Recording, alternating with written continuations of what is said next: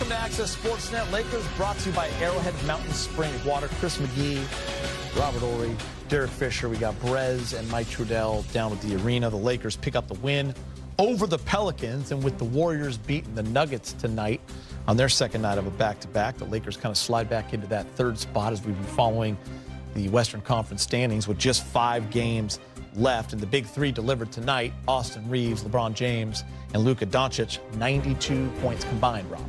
You know, when you look at the way they shot the ball in the second half, because that first half was kind of scary. You know, you had Alvarado coming out doing his thing, but it's almost like they had to get smacked in the face. I think JJ said it better. A defensive schemes weren't worth it, but, you know, sometimes when you play on a team like that that's, you know, resting all these star players, it's kind of hard to get the engine going. But I'm glad they got the engine going, and they went out and took care of business. Yeah, I mean, it was one of those games where it wasn't so much about anything technical or tactical. It was really more about bringing the right mindset and energy, which sometimes on a back-to-back night this late in the season, it's difficult to do. But they found it as the game went on. And you could tell they never felt threatened.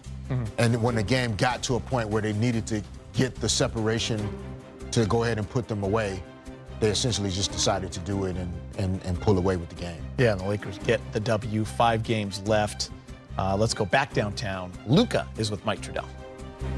All right, Luka, you had joked after the game last night you felt like you were shooting with your left hand, and you started like that in the first, but you certainly found it, all right? 7 for 9 in the second half. I'm sure that felt good to just see some go down that you're used to seeing. Yeah, that was probably my worst quarter in my life, so I just knew that was a must-win game. So I need to get better at that, so we got to win. That's all that matters. Yeah, for sure. Look, you've been well aware for many years about LeBron James and the greatness. You also mentioned that you had a lot of respect for Austin Reaves playing against him, but what have you seen from him lately? The efficiency, the scoring, the playmaking from Austin? Everything. I mean, he's doing everything on the court. He's helping the whole team, so just happy that he's here. He's been doing that since I got here, basically, so I'm happy for him. Only 5 games left now as you hit the road. Tough back-to-back, or at least 2 games in a row at OKC and then Dallas. Where do you guys need to get to on this trip? Yeah, it's going to be 3 tough games, very tough games. So we just got to play with the same energy we play against Houston, and we have a chance.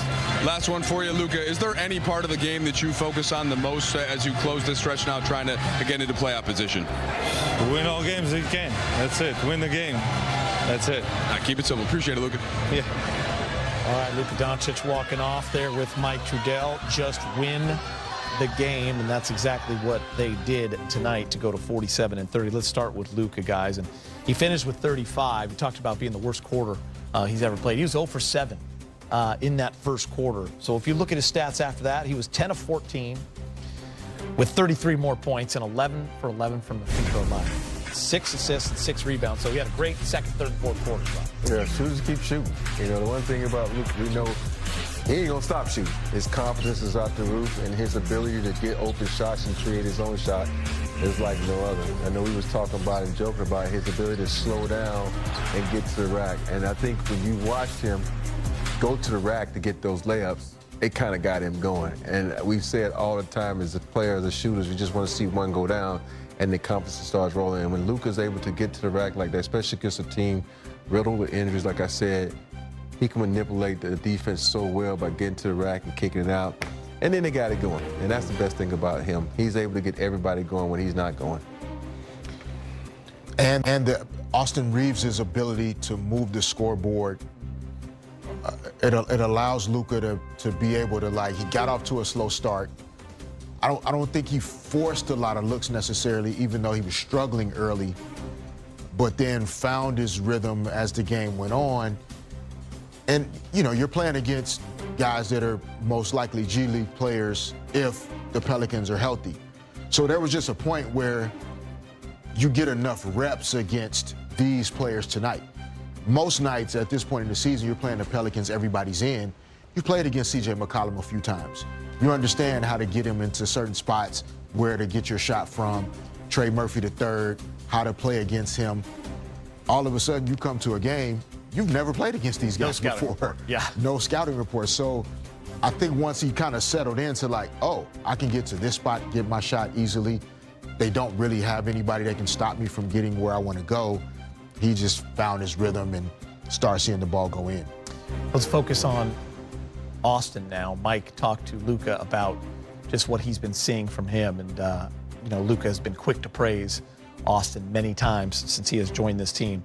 I think Austin's been over 30, 4 out of 5 games. And you look at the big three as they go for 92 points because LeBron added 27 on his 9 of 17 and 8 assists. Austin also had 7 assists. So between them, you know, you're talking 21 assists and 92 points. But AR, Rob, efficiency. I think that's the key, right? 8 of 13, the 6 of 9 from 3, the 8 of 9 from the free throw line, 7 assists, the steal, just all of it. Pretty impressive. And his catch and shoot game right now has been what's the most impressive thing lately. Yeah, especially that. You know, I love the fact that he's.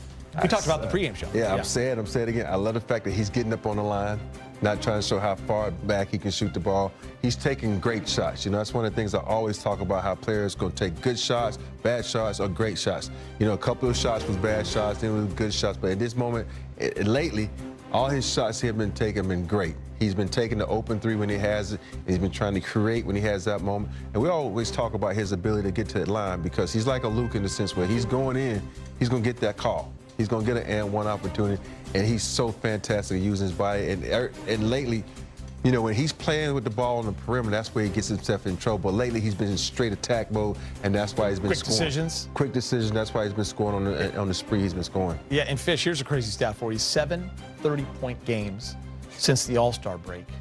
He's had 10 this season at total, and his 15 threes in the last 2 games are a franchise record in a 2-game stretch. So just impressive ball he's playing. Yeah, I mean, Austin, his ability to get downhill, to put pressure on defenses, to create his own shot, to make other guys better, that was before Luka Doncic arrived. And so when you think about Austin's ability to play offense now, he was pretty darn efficient before. His efficiency is going to continue to increase when you essentially have 2 of the best players in the game continuously creating 2 on the ball. So whenever Austin catches the ball or has the ball, most likely he's seeing either 3-on-3 or 4-on-3. And with his ability to make plays, it's going to be difficult to block him from having this level of efficiency as they move forward. Yeah, it's funny. I think we talked in the beginning nationally or even here, you know, in LA, you know, what would happen to Austin with the addition of Luka? You know, would he have to come off the bench? Would he be able to get his with LeBron and Luka? And that has been answered time and time again. He's also the one guy that seems to be able to connect with that alley-oop to LeBron. Rob, we've been missing LeBron a lot, but AR finds him from half court, free throw line. Goody tried, it didn't work. So AR was like, let me show you how to do it. We got the connection since the day I arrived. And, you know, think about